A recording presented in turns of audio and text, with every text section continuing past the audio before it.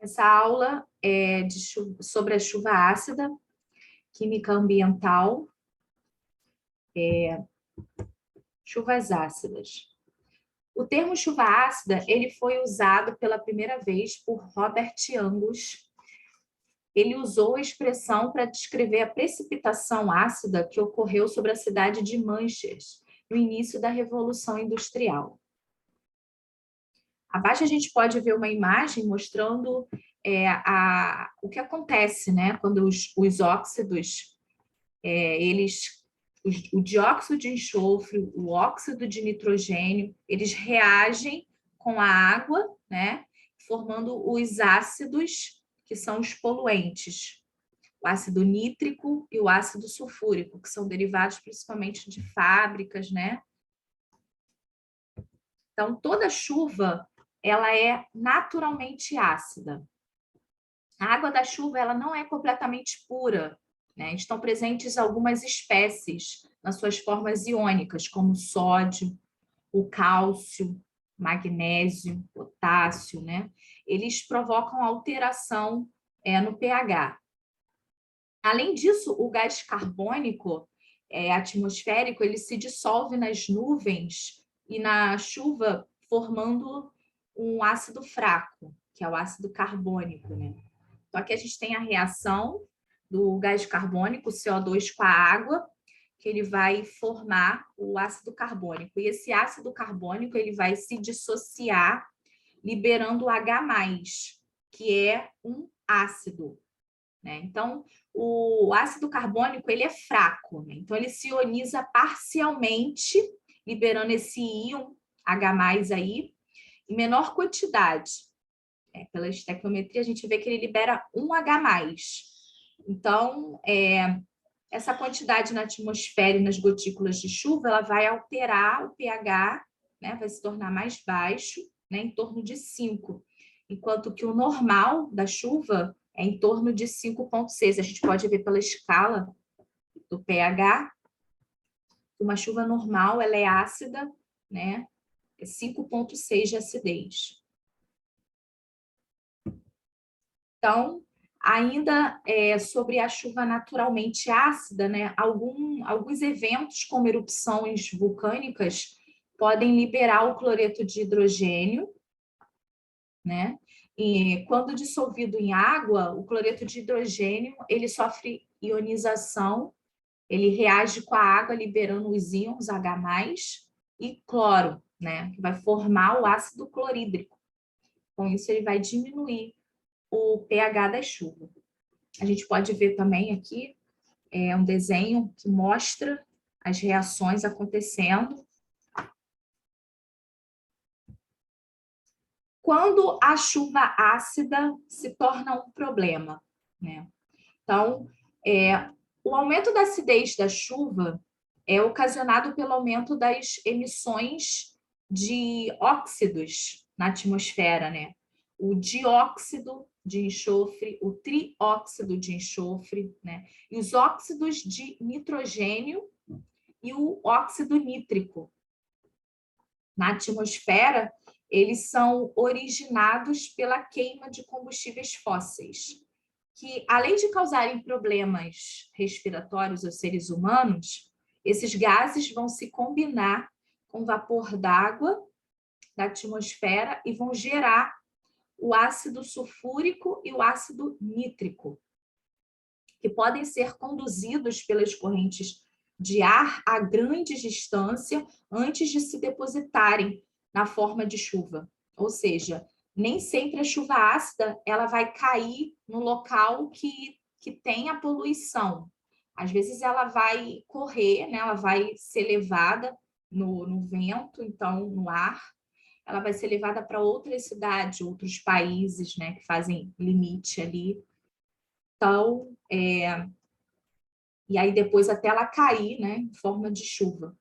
Nessas situações, o pH da chuva, em geral, levemente ácido, como a gente viu, é 5,6, ele pode alcançar acidez de até 2. Então, que é bem ácido. Ali a gente pode ver os óxidos reagindo com oxigênio, formando ali o trióxido, que ele vai reagir com a água e vai formar o ácido forte, né, o ácido sulfúrico.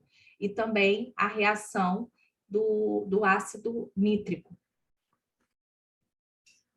Os óxidos apresentados, eles são denominados poluentes primários.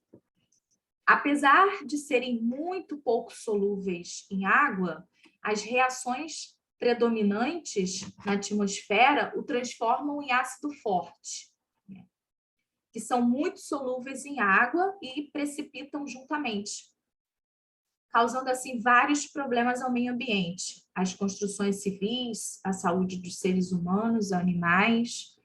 A predominância de cada ácido pode variar com a região, dependendo da quantidade e proporção que é emitido certo poluente primário em relação aos outros. Os problemas da chuva ácida. Nos ambientes aquáticos, principalmente os lagos, né, destrói toda a vegetação aquática, né, provoca desaparecimento dos peixes. Uma rápida mudança do pH, ele leva a uma alta taxa de mortalidade. E a permanência dessa acidez, água ácida muito tempo, por um longo tempo, conduz à esterilização, à esterilidade desse lago, né? Não tendo mais vida nenhuma. Então, nas florestas, vai destruir as células respiratórias das folhas, das árvores, vai diminuir o pH do solo, vai corroer o cimento, ferro, concreto dos prédios, das construções, né? Corrói o mármore dos monumentos históricos. A saúde humana também vai ser prejudicada, né? Porque as partículas vão se acumulando no organismo. O pH baixo, ele favorece a mobilidade de espécies metálicas, o que pode aumentar o nível dos metais tóxicos, como o alumínio, o manganês, o mercúrio. Então, regiões onde foram relatadas aumento nas concentrações de dióxido de enxofre e óxido de nitrogênio, registraram elevações de enfermidades respiratórias, especialmente nas crianças. Então, a solubilidade desses metais é potencialmente tóxico para os seres vivos, entre eles o alumínio, como já foi dito, né? O manganês, ele depende do pH. Então, aumentando rapidamente com a diminuição do pH do solo. O alumínio, por exemplo, ele é fitotóxico, causando prejuízos aos sistemas de raízes das plantas, né? Então, ele vai diminuir a capacidade das plantas em absorver os nutrientes e a água do solo.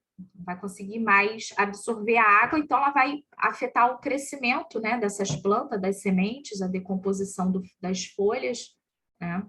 Além de interagir com os ácidos, aumentando o prejuízo às plantas e aos ecossistemas aquáticos. Ocorre também o desmatamento. 2 ou 3 árvores, elas morrem atingidas pela chuva.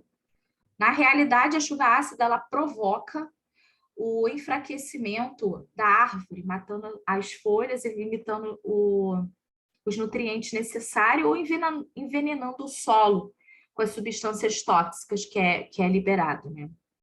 E como elas fazem parte de um sistema de utilização mútua, outras árvores terminam sendo atingidas, né? Terminando por formar uma clareira. Essas reações elas podem destruir uma floresta inteira. Na agricultura, a chuva ácida afeta as plantações de maneira similar, só que bem mais rápido, uma vez que as plantas são do mesmo tamanho, né? Tendo assim mais áreas atingidas.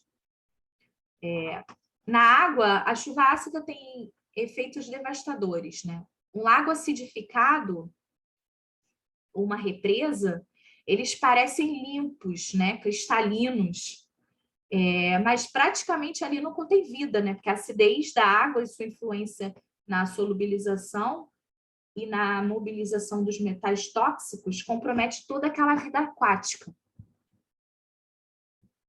Normalmente, quando o pH da água se aproxima de 6, algumas espécies de crustáceos, insetos, plânctons, começam a desaparecer.